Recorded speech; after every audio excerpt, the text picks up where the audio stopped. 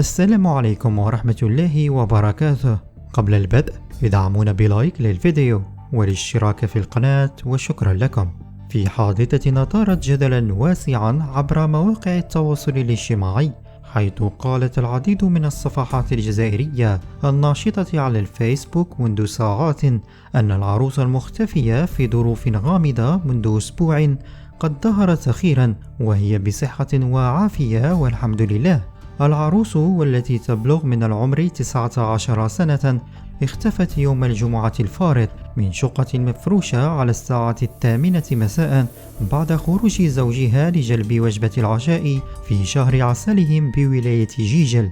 وقالت ذات المصادر أن العريس قام بتطليقها فور العثور عليها في انتظار تأكيد الخبر من الجهات الرسمية.